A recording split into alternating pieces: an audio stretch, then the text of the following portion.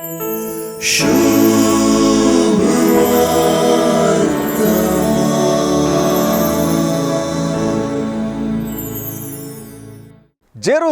वाटेर आसचो जेजू आपल्या कष्टा मरणा पुनर्जीवनपणा उलयता. पूण जेबे देवाच्या पुतांचे आवय थंय आपोस्तोल जाकोब आनी जुआंव हांचे मतींत अधिकार, बसका आनी राजकीयाची वेगळीच चिंतना गुंवतात. जेजूची काल्च पियोवच्याक वा ताचे परिस कष्टा मरणाक वळख जावंक ते धैर्य दाखयतात. तरी हें धैर्य जेजूनच तांकां दिवचें देणें आनी बेसांव म्हणलें तांणी समजूंक आसा. जेजूच्या राजांत उजव्या दाव्याक आपल्या पुतांक बसोवच्या विशीं अर्थरहीत मागणें जाकोब जुआंवचे आवय जेजू लागीं करता.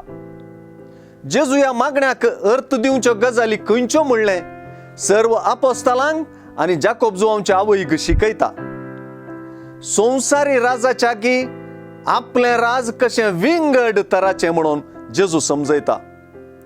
लुकाचे सुवार्तेचो सार म्हणले परी आजची उतरां आज परत सुवार्तेंत पुनरुच्चार जातात. जेजूचें राज दंडसूंचें, अडसूंचें वा बलात्काराचें न्हय म्हणच्यांत ह्या राजाचें अलगपण अटापलां. जेजूच्याच देखीबरीत शिकवणेच्या उतरांनी ते अशें विणलां. तुमचे मदें तशें जायनाये.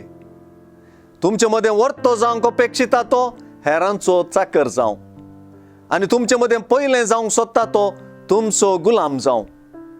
मनशा पुती हेरांक आपले सेवा चाकरेक लावंक न्हय, बगर आपणेंच हेरांची सेवा चाकरी करूंक आनी सोमेस्ताचे सोडवणे पासत आपलो जीवच दिवंक म्हूण आयला.